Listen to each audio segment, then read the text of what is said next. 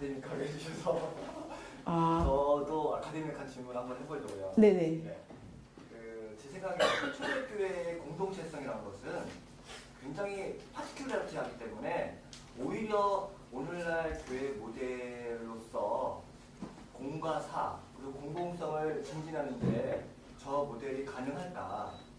예를 들어서 오히려 칼뱅 같이 매지스테리얼한 방식으로 혹은 정치체와 행정계에 어떤 뭐 비판적 거리도 두고 혹은 더 지적 관여도 하고 그런 방식으로 공공성이라는 것은 한마디로 같이 공유하는 거잖아요.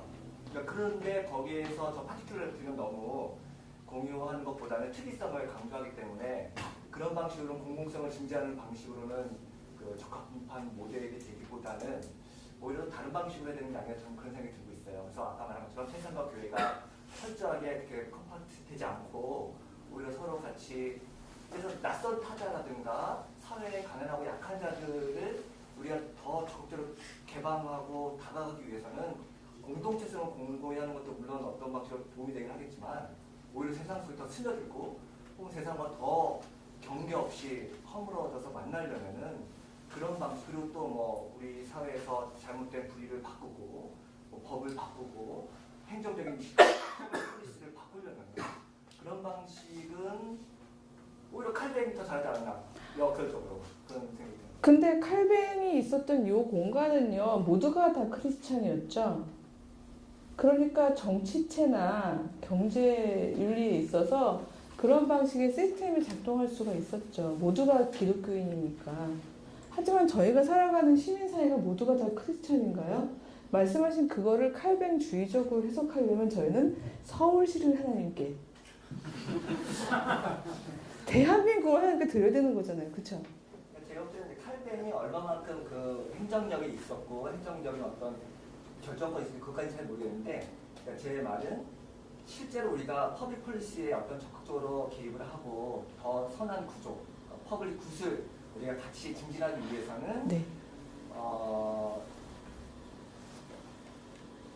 그거를 위해서 저희들의 사회적 자리가 어디인가가 중요한 것 같아요. 저도 동의하지 않는 건 아닌데요. 그게 예를 들어서 개인이 그런 힘을 가질 수 있는 국회에 입성한다든지, 왜냐면 그동안은 이런 식으로 힘을 가지기 위해서 개인이 들어가는 거였거든요. 아니면 개인이 CEO가 된다든지 이렇게 가르쳤기 때문에 이 시스템을 전혀 걸지 않고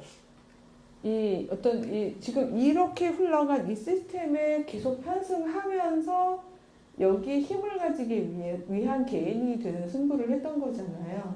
근데 그게 어떤 결과를 가져왔는지를 이제 저희가 알게 된 이 상황에서 어떤 면에서는 그렇다고 저희가 뭐 대등한 정부를 지금 만들 수 있는 상황도 아니고요. 기독 정당, 저는 상당히 회의적이고요. 어떤 면에서는 글쎄요, 게릴라전이 될런지는 모르겠지만 벽을 허무는 방법, 마치 바늘로 코끼리 죽이기 이런 거랑 비슷하게 저는 어떻게 하면 엄청난 시스템에 우리는 좀 흠집도 내보고 벽을 허물 수 있을까 생각해 보다가 그런 거 있어요. 코끼리 한 번 바늘로 찌르고 뭐 죽을 때까지 기다린다 뭐 등등 여러 가지 방법이 있잖아요. 근데 벽을 허무는 방법 중에 하나는 정말 말씀하신 그거는 막 그걸 허물 수 있을 만큼 커다란 힘을 가진 무언가를 만들어서 빵 한 번에 할 수 있는 거를 어떻게 보면 꿈꾸시는지는 모르겠는데 저희들이 지금 그렇게 할 수 있는 시스템이 없고요. 그거를 꿈꾸는 순간 제가 아까 디스토피아 얘기를 했지만 인간이란 그렇게 큰 조직을 만드는 순간 또다시 효율성을 위해서 하이라키라는 게 들어오게 되고요. 그게 수직 구조가 되는 순간 원래적인 비전을 잃어버리게 되는 게 순식간이라고 기독교 2000년사를 통해서 배운 것 같습니다. 물론 저는 그래요. 제가 뭐 그러니까 그건 절대 안 돼요 이런 얘기를 하는 게 아니라 깔뱅적인 비전이 점점 공간을 확장하고 진행되는 과정에서 어떤 일을 비전을 저희가 본 거잖아요. 그렇죠? 그래서 어떤 면에서는 저는 이 기획이 실패했다면 그렇다면 어떤 기획이 맞을까를 생각해 볼 때 저는 어떤 면에서는 예수님의 기획으로 아주 원천적인 처음 시작으로 돌아가 보자는 이야기를 하는 거죠. 칼뱅은 중간에 있었던 어떤 한 성실한 크리스찬인 거지 특히 우리나라 같은 경우는 이제 여기서부터 온 이 흐름이 저희 역학에서 굉장히 힘을 많이 가지다 보니까 깔뱅이의 그 위치는 정말 거의 예수님의 위치만큼이나 깔뱅이를 건드리면 큰일 나는 것처럼 막 이렇게 돼 있잖아요. 근데 이분도 인간이잖아요. 그러니까 사실은 저희는 처음 그분을 아는데 저희가 크리스찬이란 말은 그리스도를 따르는 사람들, 그리고 예수를 그리스도로 고백하는 사람들인데 그분이 가르쳐 주신 것들이 있는데 그걸 세상 끝까지 전하라고 하셨는데 굳이 그거에 대한 묵상 없이 여기서부터 출발할 이유가 없다고 어쨌든 저는 그렇게 생각을 해요. 그리고 이 위험성을 저희가 충분히 알고 있다면 저는 차라리 작은 공동체 운동들이, 왜냐하면 큰 벽 뚫을 때 방법 중에 하나는요, 여기서도 뚫고 여기서도 뚫고 여기서도 뚫고 여기서도 뚫고 자꾸 뚫다 보면 이거 어느 순간 와르르 무너지거든요. 이거는 말 그대로 중심이 없죠. 이걸 전체적으로 통제하는 한 사람도 없어요. 저는 그래서 어떤 면에서는 이런 개신교 운동의 특징이 이건 것 같아요. 저는 개신교 운동이 약점이기도 하지만 이게 또 하나의 장점인 게 어떤 교황과 같은 어떤 한 중심축의 시스템이 없다, 그러니까 어떤 중심의 상징 인물이 없다는 거는 효율성 부분에 있어서는 굉장히 저희가 뭐라고 표현해야 될까요? 그 비효율적이지만 말 그대로. 그러나 덕분에 완전히 모든 시스템 전반적으로 다 이런 방식으로 가지 않을 위험도 있다고 생각을 해요. 물론 그러다 보니까 이제 개별 교황들이 개교회마다 등장을 하시는 상황이 되어버리는 지금의 상황도 있지만 그거에 맞대항하기는 조금 더 쉬운 부분이 있는 것 같아요. 왜냐면 저희들도 계속해서 일종의 대안 공동체들을 만들어가는 거죠.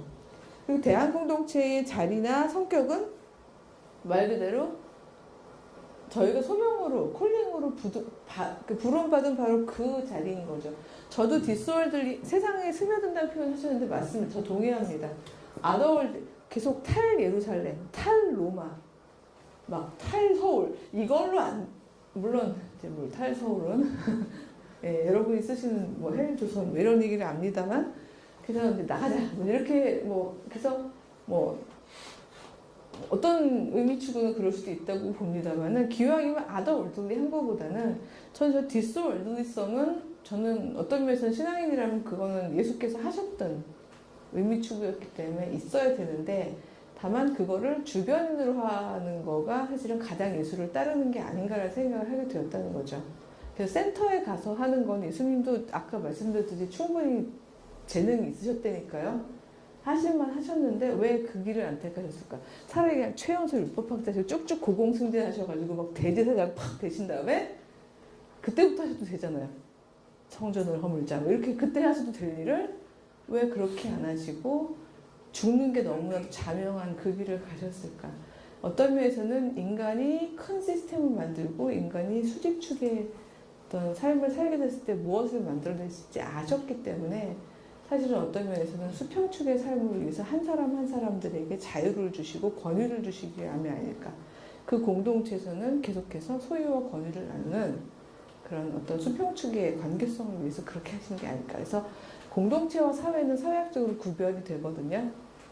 사실 깔맹적인 부분은 공동체보다는 사회적 시스템에 더 강조점이 가 있던 건데요.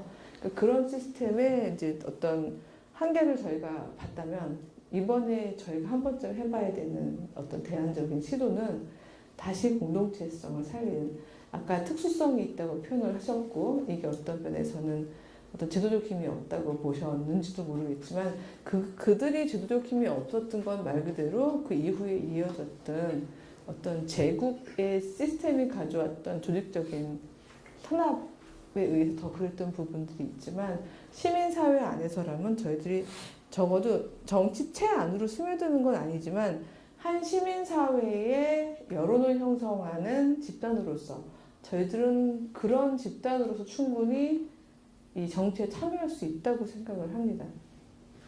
그래서 어떤 인간도 정치적이지 않을 수는 없는 거죠. 이 세상에 살아가는 동안은. 그래서 이런 모든 의미 추구들이 다 함께 모여질 때 이 반생명적인 큰 시스템은 무너질 거라고, 그걸 안 믿으면, 그걸 종말론적인 그 비전을 안 믿으면 저희는 감히 크리스천이라고 할 수 없지 않을까 그런 생각이 드는데 예, 뭐 답이 되는지 모르겠습니다. 예. 네, 두 분이신데 앞에 먼저 들어주셔서 예. 그 위에 있는 사람 옆으로 내려오고 밑에 있는 사람 올라가려면 위에 있는 사람 그냥 내려오면 되는데 밑에 있는 사람이 뭐 생기지 않는. 그렇죠. 이게 시소 같은 거잖아요. 시소가 이렇게 이쪽에서 내려와줘야지 올라가잖아요. 그렇죠. 그러니까 뭐 나는 올라가고 싶은데. 예, 예. 하여튼 또 그런 게 아니라 지금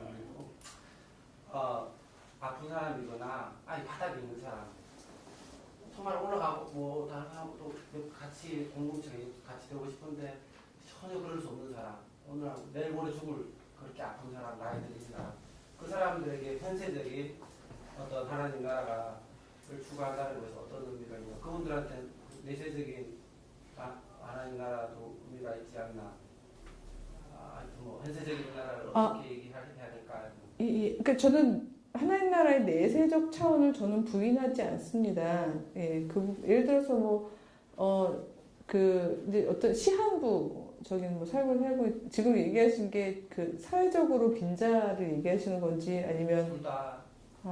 둘 다면 근데 답이 좀 달라지는 경향이 있어서 그런데. 도저히 올라갈 수 없는 사람도 계속 밝히는 상황에서는 오히려 현세적인 하나님 나라보다 내세적인 걸 추구하게 되지 않을까. 그건 여지껏 그래왔죠. 왜냐하면 이 세상에 너무 소망이 없으니까.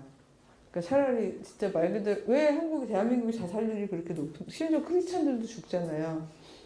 근데 저는 그 중요한 건요 내세 신앙으로 해결되는 게 아니라는 게 예수님의 답이었다고 저는 고백을 한다는 거죠. 예수님 시절도 만만치 않았어요. 지금 시절만큼보다 어쩌면 더 열악했다면 열악했죠.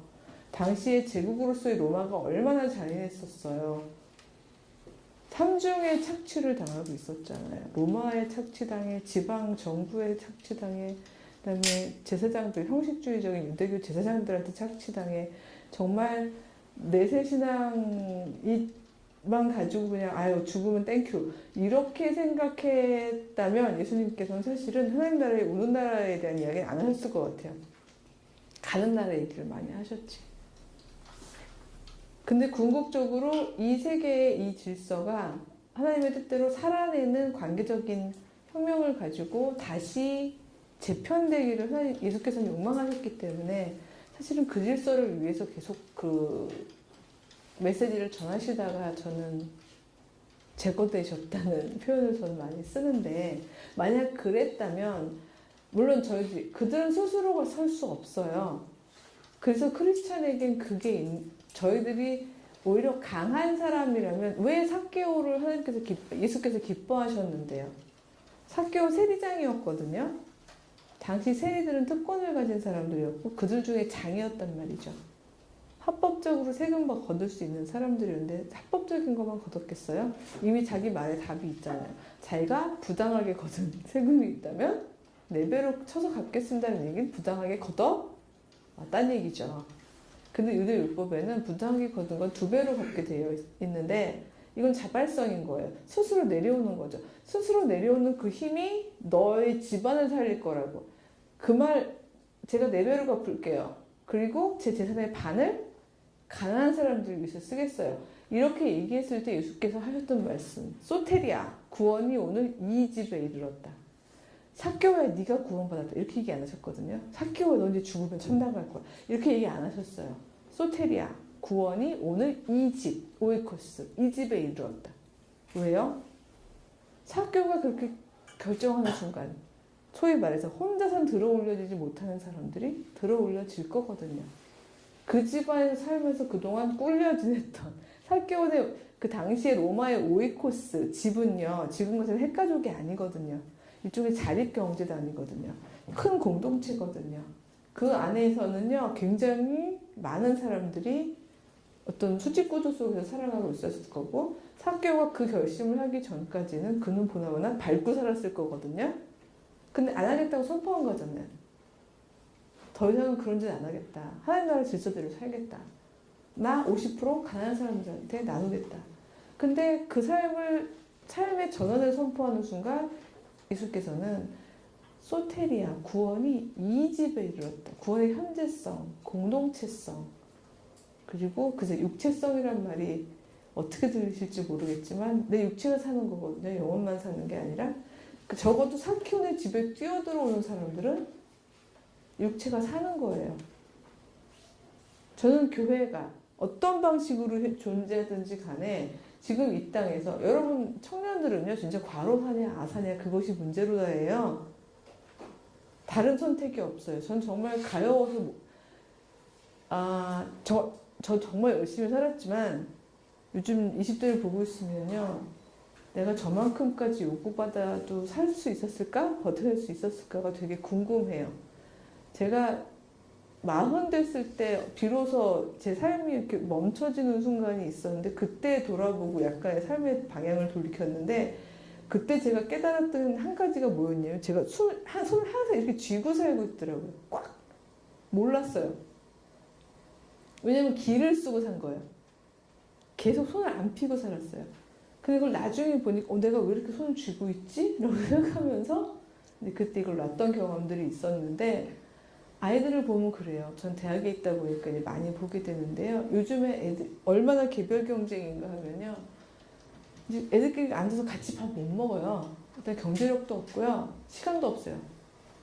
이렇게 수업 시간에 보면요. 김밥, 삼각김밥, 컵밥, 심지어 시리얼 봉다리 하루 종일 들고 다니는 친구도 있고요. 그러면서 말 그대로 주섬주섬. 그러면서 스펙 경쟁. 정말 탈진하는 자아들이거든요. 그런데 그런 삶을 살고 있는 바로 그 아이들을 계속 두고서 걔들 보고 내세가 있다 얘들아 이렇게 얘기하기에는 저는 예수의 영광을 품는 어른이라면 적어도 이걸 틀어주는 글쎄요 90도까지 그게 빨리 틀리면 하나님 나라를 금방 하겠죠. 2000년을 참 많은 사람들이 노력했는데 아직까지 전반적으로는 안 틀어진 거잖아요. 저는 어떤 면에서는 하나님 나라는 계속 뒤로 물러나는 나라라는 생각이 드는 게 갑자기 너무 슬퍼지셨는데 근데 어떤 한 구체적인 공간에서는 저는 그게 실천이 되고 있다고 봐요. 적어도 사기온의 올코스는 그게 된 거거든요. 사기온의 집에 뛰어들어오는 순간 사람들은 살 수 있으니까요. 거기엔 구원이 있으니까요. 저희들이 그런 식의 제가 정말 작년 이후로 세월호 얘기는 꺼내기가 너무 힘들 정도로 너무 정말 제가 너무 힘든데 거기서 저희들을 화나게 만들었던 에어포켓이라는 단어 있잖아요. 있는 줄 알고 저희 막 얼마나 소원하고 기도하면서 애들아 살아라 글로 가 거기로 가야 살아 막 이래가면서 저희들이 막 3일 동안 기도했잖아요. 거기다 무슨 공기를 주입하는지도 몰라가면서 그랬잖아요. 근데 어떤 면에서 저희는 교회 공동체가 이 지금 사회의 에어포켓이 되어야 된다고 생각합니다. 작은 단위로는 할 수 있거든요. 저희가 구체성을 갖는다면 뛰어들어오면 살게 하는 거죠. 혼자 못 뛰어들어오는 친구들은 끌고 물론 끈단 말이 생각하지만 데리고 부축해서 들어오는 한이 있더라도 적어도 내세 신앙으로 이 땅을 버티게 하고 하루빨리 가게 하는 그거는 제 신앙 고백으로는 예수께서 욕망하셨던 욕망은 아닌 것 같아요. 그거 버리라는 얘기 아니고 양자택일이 아닌 거예요. 그러니까 죽어서 가는 하나님 나라는 죽어서 가면 되거든요. 그 신앙은 저는 크리스찬이라면 다 갖는 저도 그래요. 저 그렇게 장수하고 싶지 않거든요. 그래서 모든 크리스찬은 그 부분이 자유롭잖아요. 그러니까 저는 어떤 이거 갑자기 딴소리지만 저희는 크리스찬 장래가 좀 바뀌게 될 것 같아요. 뭐 그렇게 슬퍼요? 슬플 거 없잖아요. 저천국 가는데. 근데 그건 괜찮은데요. 내세신앙 갖는 건 좋은데 그것만 갖는 게 문제라는 거죠. 그것만 가면 되는 거지만 그건 혼자 가니까. 하지만 이 땅에서 저희는 혼자 사는 게 아니거든요. 혼자 계속해서 전대미문 내적 고립감 가지고 막 계속 나는 구원받았어를 확신해가면서 막 열심히 뛰어올라가가지고 올라가는 그 외로운 싸움이 아니라 서로가 함께 마주보고 서서 서로를 살리는 서로를 살린다는 건 트레이드가 아닙니다. 내가 10 줬으니까 너가 10 줘. 이게 아니고요. 서로를 살리는 건 어떤 면에서는 강한 자들이 더 불리한 도덕적 명령이죠. 그래서 강한 사람들, 부자들은 들어가는 거 힘든 나라가 하나님 나라죠. 왜냐면 혼자 뛰는 게 더 유리하거든요. 혼자 뛰는 게 더 가볍거든요. 제가 또 이 얘기하면 남편한테 혼나겠지만 저는 교회도 가정이지만 가정도 교회라고 보는 입장이거든요. 왜냐하면 크리스찬 가정은 특히 그렇죠. 그리스도 이름으로 모인 두세 사람이잖아요. 제가 왜 안 도망가는데요? 미안해요, 여보. 막 얘기하고 말았어요. 근데 교회거든요. 그리고 3명으로 이루어진 저희 집 교회는요. 제가 제일 강해요. 제가 판단해 보니까 그래요. 강자가 손해보는 데가 전 교회라고 생각해요. 그래야지 약자들이 들어 올려지거든요. 약자가 들어 올려져야 그 공동체는 살거든요. 서로를 건설할 수 있거든요. 그거 제 힘으로 안 되거든요. 저 진짜 안 되더라고요. 기도 많이 했거든요. 왜냐면 혼자서는 전 더 잘 뛸 자신이 있어요. 근데 그게 예수께서 너는 그거는 금욕, 그 욕망은 버리라고 얘기하시는 거예요. 너에게 주어진 그 공동체를 살리려면 네가 뽑혔어. 너 강자야. 그러니까 너의 힘으로 살려내. 마주본 너들을 건설해. 근데 그런 마음을 주셔서 저는 이제 안 도망가고 잘 살고 있는데 이게 저는 확장된다고 봐요. 그래서 물론 제가 지금 하고 있는 작은 그런 어떤 너들과의 공동체 운동을 뭐 다 운동이랄 것도 얘기할 수 없지만 적어도 저는 제가 만나는 사람들하고는 그 욕망을 품으려고 의지적으로 노력해요. 그래서 의지 공동체인 것 같아요. 이제 보네퍼가 그 얘기를 했던 거죠. 의지 공동체라고. 자발적으로 되는 공동체가 아니라고요.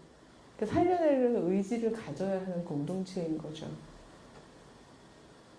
근데 그 의지가 없다면 그거는 교회가 아니라고 봅니다. 그래서 가난한 자들이 소망을 품을 수 있게끔 실제로 살아낼 수 있게끔 강자들이 사실은 의지를 가지고 부자들의 의지를 가져주고 강자들의 의지를 가져주고 건강한 사람의 의지를 가져줄 때 약자, 가난한 자, 그다음에 미천한 자 혹은 나는 을 중에 슈퍼을이야 라고 생각하는 그들이 이 땅에서 삶의 소망을 갖지 않을까. 글쎄요, 저는 그렇게 생각을 해봅니다. 자꾸 질문하시면 하실수록 저는 자꾸 뒷감당이 안 되는 얘기를 막 하게 되네요. 예. 좀 늦은 시간에 질문하게 돼서 죄송한데요. 교수님 강의 너무 잘 들었습니다. 오늘 직접적인 강의 내용은 아니지만 그래도 대안적인 요소이고요.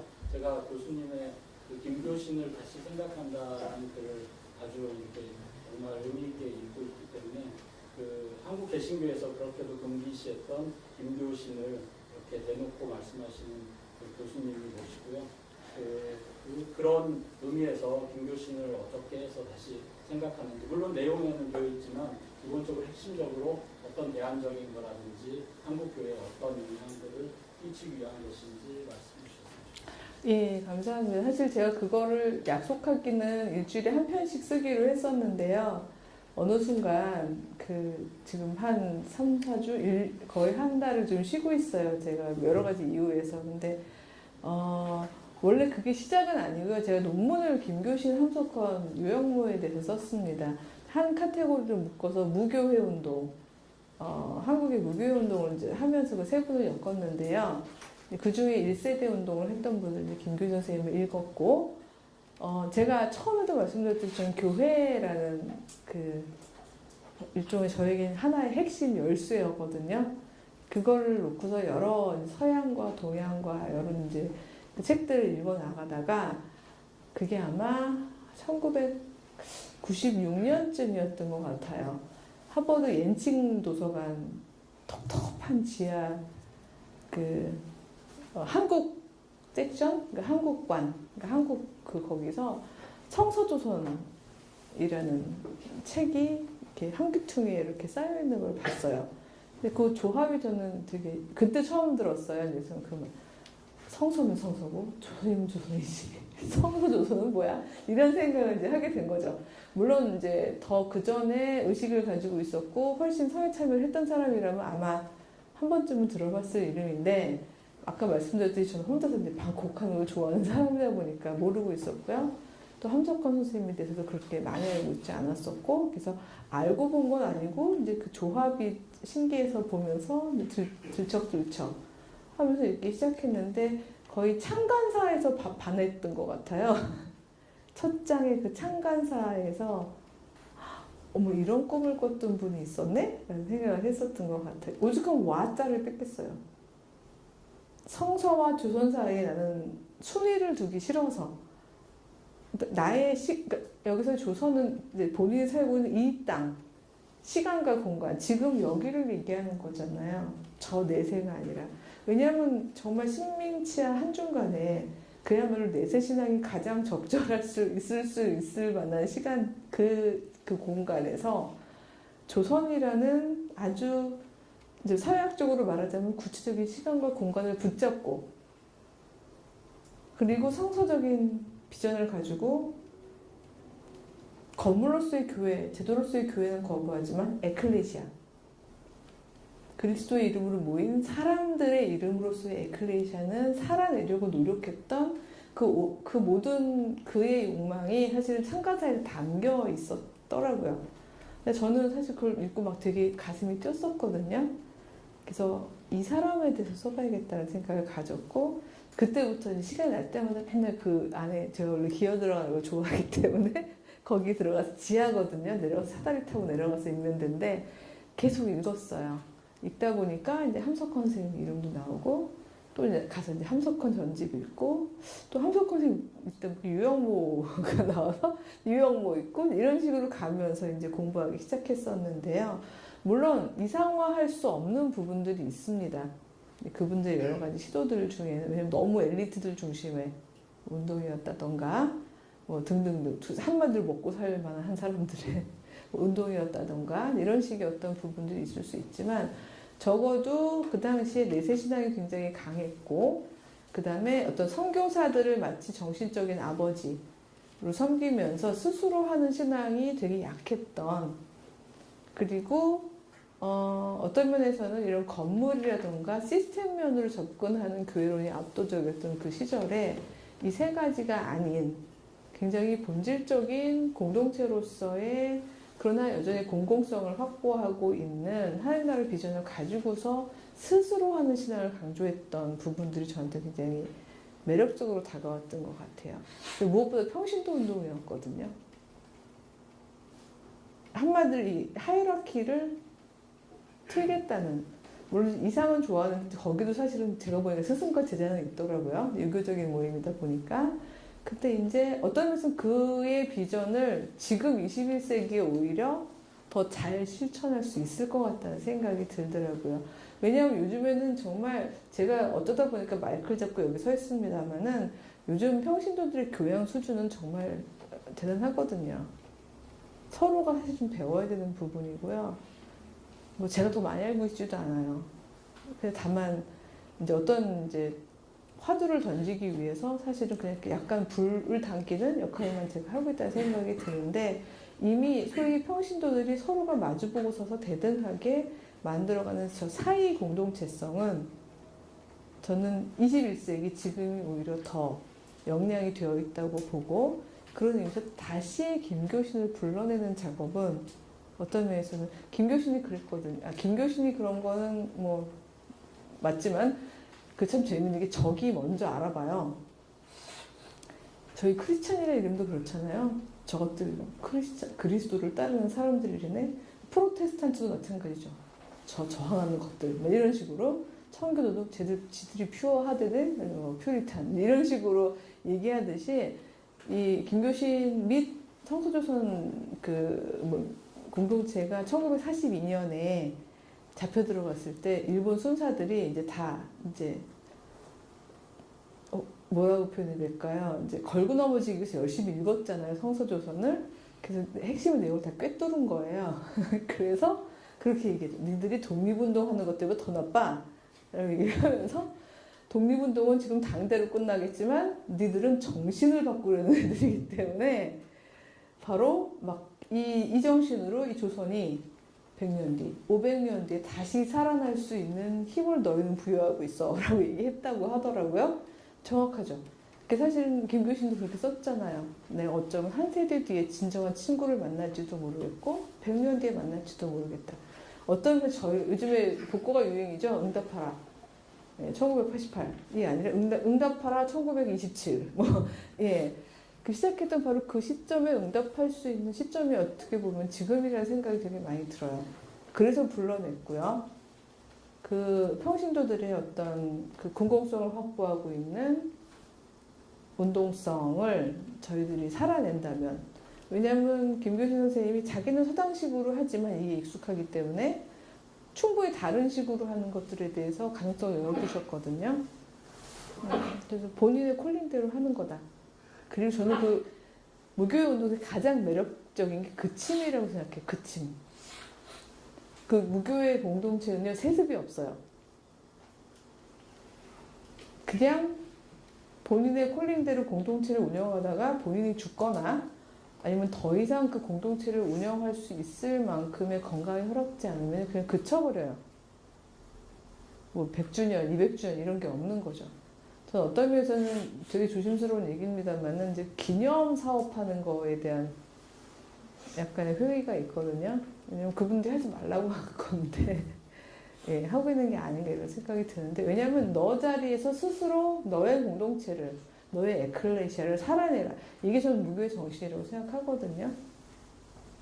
그래서 그 바통을 이어서 살아갈 수 있는 역량이 되는 평신도들이 무궁무진하기에 저는 어떤 면에서는 이제 워낙 한자로 되어 있는 것들, 물론 부키에서 이제 가독성이 있게 예, 글을 내놓긴 했지만 전체를 읽는 거가 웬만한 용기가 아니면 쉽지 않기 때문에 기왕이면 인용을 많이 해가면서 좀 젊은 층들에게 소개해주고 싶은 마음이 있어서 네. 말씀하신 그 김교신에 대해서 단점에 대해서 그 엘리트적인 그런 부분 말씀하셨는데 그런 부분이 느껴졌었고, 근데 오늘날에 필요하다지만 그러면 엘리트에 대한 한정적인 사람들에만 적응할 수 있는, 그러니까 뭐 오늘날 교회 대중들에게는 그런 지금 오늘 말씀하신 하나님 나라에 대한 부분이라든가 김교신이라는 그런 운동도 대중 많은 성도들에게 설득력 있게 가기가 좀 어렵지 않나 그런 생각이 듭니다. 그 엘리트성을 이제 소위 말했을 때 저도 엘리트성을 배제하고 싶다는 얘기가 뭔가 하면요, 당신은 말 그대로 그 말 그대로 엘리트가 너무 소수였, 그러니까 엘리트란 말 자체도 없애고 싶은 게요. 대한민국은 쓸데없이 고학력이 너무 많잖아요. 예, 그러니까 사실은 어떻게 말하면요, 우리 엘리트를 빼고 저는 교양인이라고 해도 될 것 같아요. 그러니까 요즘 일반 시민들의 보통의 교양 수준이요, 저는 그분들이 누렸던 그 엘리트 정도의 수준과 이렇게 비교해서 그렇게 뒤떨어지지 않는다고 생각해요. 물론 뭐 히브리어로 구약 읽고 헬라어로 신약 읽자 그러면 그건 그분들은 그렇게 했거든요. 근데 뭐 거기까지는 안 가더라도 지금 아주 많은 수의 사실은 그 소위 시민으로 저희가 얘기하고 혹은 평신도로 얘기할 수 있는 많은 분들이요, 지금 여기도 북카페지만 책을 굉장히 많이 읽으시고 소위 말해서 정보 자체를 누군가로부터 들어서 배워야지만 아시는 분들이 아니라 충분히 본인이 스스로 찾아내셔서 읽으실 수 있는 그런 환경에 저희가 놓여 있잖아요. 그리고 저는 그걸 충분히 하고 계시다고 생각해요. 그리고 요즘에 정말 요즘같이 소위 말해서 교수하기 정말 힘든 세상은요, 예전에는 그냥 교수가 그렇다고 그러면 그런 건 거거든요. 이제는 아니에요. 왜냐하면 더 잘하시고 더 깊이 하시고 더 많이 하시는 분들이 있고요. 그런 분들이 실시간으로 이렇게 막 댓글로 막 정정하세요. 그쵸? 그러니까 더 열심히 공부 안 하면 이제 큰일 나는 이제 사회가 됐죠. 제 얘기는 이 얘기가 그만큼 많은 지식들을 가지신 분들이 저변 확대가 되어 있다는 생각이 든다는 거죠.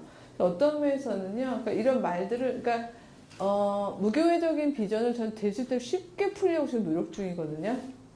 왜냐하면 그게 별다른 얘기가 아닌데 그분들 시절에 언어를 사용하고 대부분 다 유학적인 훈련을 유교적인 훈련을 받으신 분들이라서 한자어 사용이 되게 많고 그리고 되게 유교적인 언어들이 많아요.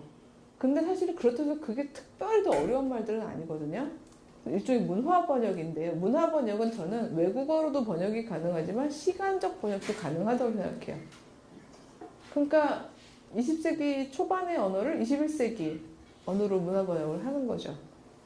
근데 해놓는다면 전 충분히 엘리트성의 부분은 극복이 가능할 것 같아요. 왜냐하면 그 평신도들의 운동이고 그 평신도들이 생각해낼 수 있는 공동체적인 상상력은 그 역량 자체를 저는 되게 믿거든요. 정말 기발하고 정말 필요한 그 부분에서 살림이 가능하구나. 그 부분에서도 살려내는 운동이 있구나 라고 얘기할 수 있는 부분들이 너무 다방면으로 지금 일어나고 있고 거기에 어떤 면에서는 이론적 정당성을 줄 수 있는 이제 그런 무교회론?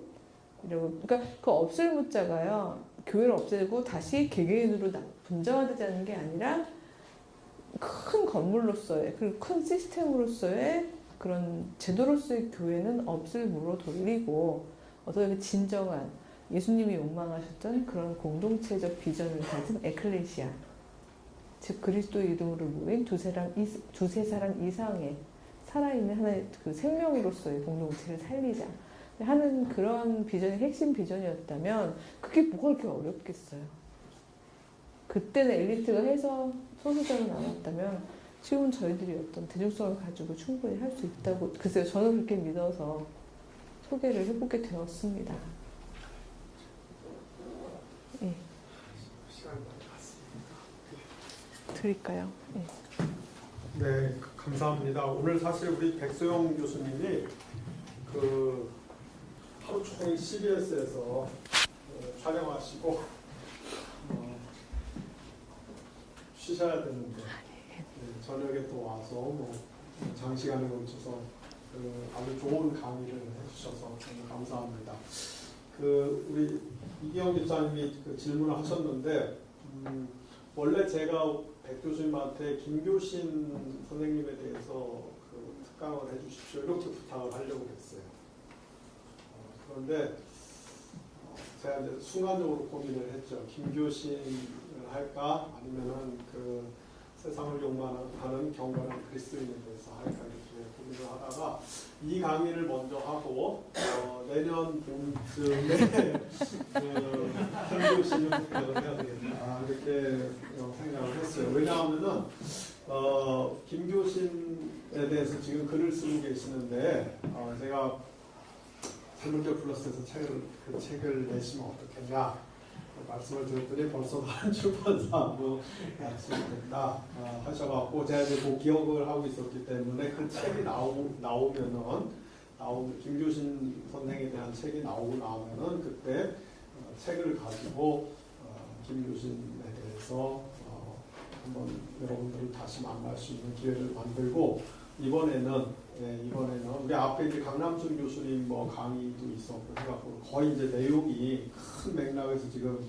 이렇게 일관되게 지금 가고 있지 않습니까? 그래서 제가 강의를 기획하면서 세상을 욕망하는 영원한 그리스도인에 대해서 해주십시오 이렇게 부탁을 드렸어요. 그리고 시간이 이렇게 짧아갖고 2시간 갖고는 다 이렇게 할 수 있는 그런 시간은 아니었지만은 아주 필요한 말씀을 일목요연하게 여러분들한테 귀에 쏙쏙 들어오게. 저는 이런 강의를 이렇게 들으면은 남자 교수들하고 남자 목사들은 꽝이다. 확실히 남자가 좀 이렇게 남자 만들고 하나님 여자를 만드셨잖아요. 그래서 여자가 신제품이잖아요. 확실히 이제 신제품이 훨씬 좋구나. 그런 것들을 많이 느낍니다. 제가 엊그저께인가 여러분들 세상을 바꾸고 싶으면은 투표하십시오. 여러분의 한 표가 세상을 바꿀 수 있습니다.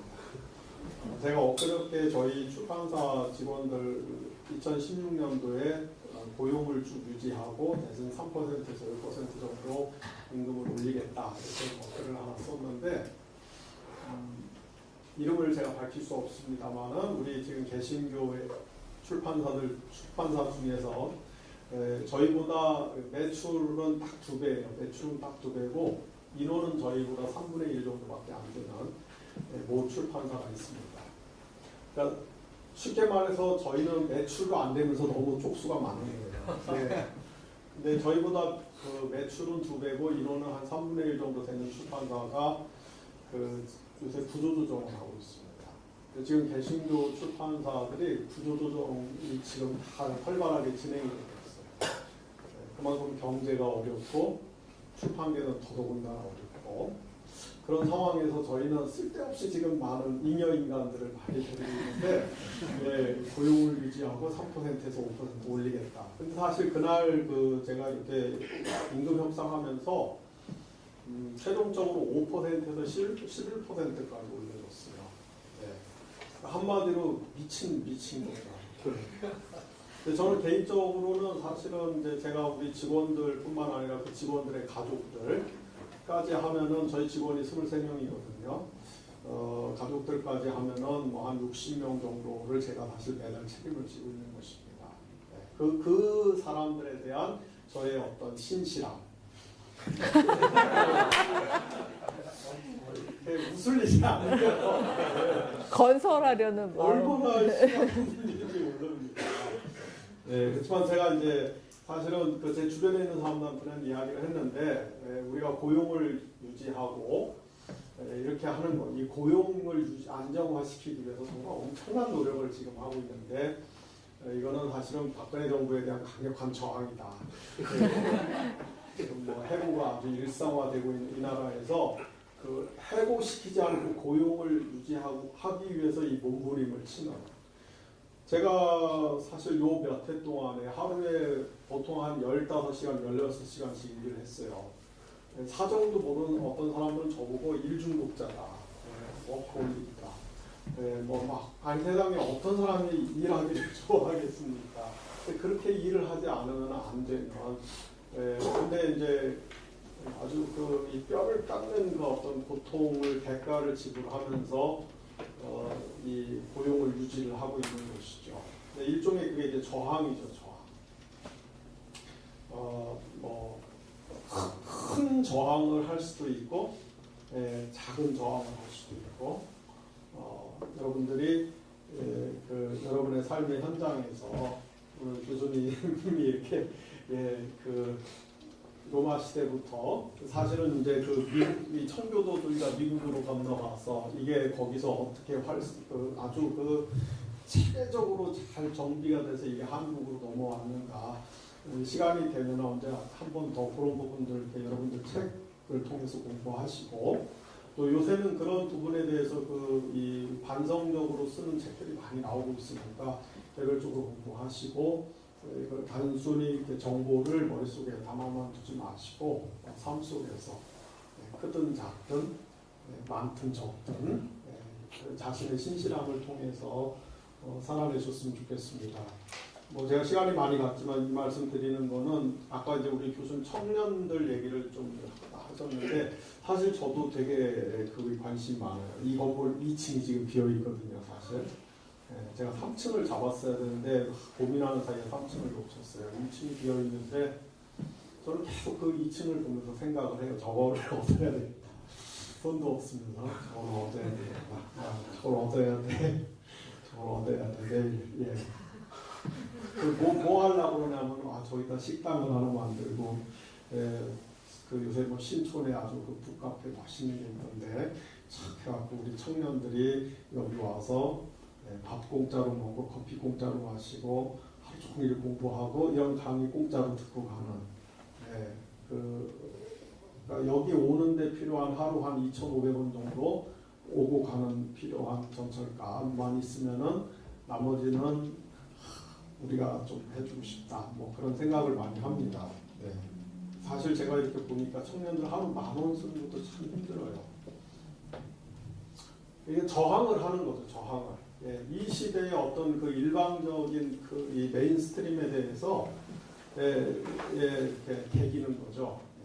저항을 하는 거예요. 그게 크든 적든 뭐 강하든 약하든 세든 뭐 그렇지 않든 간에 이렇게 부딪혀 보는 거예요. 내가 이렇게 하면 무슨 영향을 받을 거야. 내가 이렇게 하면 뭔가 세상이 바뀔 거야. 저는 그런 생각은 옛날에 많이 했는데 이제 버렸어요. 몇 년 전에 버렸고 그냥 이렇게 살아보는 거예요. 살아보는 거. 근데 이제 이렇게 그렇게 살다 보니까 한 몇 명 이렇게 몇 명 도움이 되는 것 같아요. 그래서 우리 여러분도 오늘 너무 좋은 강의를 들으셨기 때문에 이 강의를 잘 새기시고 여러분들도 좀 그렇게 신실하게 발걸음 이렇게 내리시면 참 좋을 것 같습니다. 우리 교수님 오늘 너무 수고하셨는데 박수 한번.